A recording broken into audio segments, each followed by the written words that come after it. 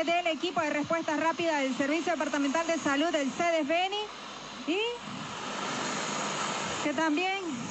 Son 3 mujeres y un niño y mi hijo, serían 5 en total. Todos están bien, dice lo que nos han comunicado y que esperemos aquí que los están trayendo para hacer sus atenciones médicas. Auxilio de las primeras evaluaciones a las personas que fueron ya encontradas. En algunos momentos se manejaban muchas teorías, se especulaba bastante sobre el caso, pero muy contento la verdad, porque al final todas las instituciones se unieron para poder dar con los desaparecidos y bueno, y haber salvado esas vidas que ahora reciban la atención que necesitan, estar con sus familiares de vuelta, creo que es algo importante.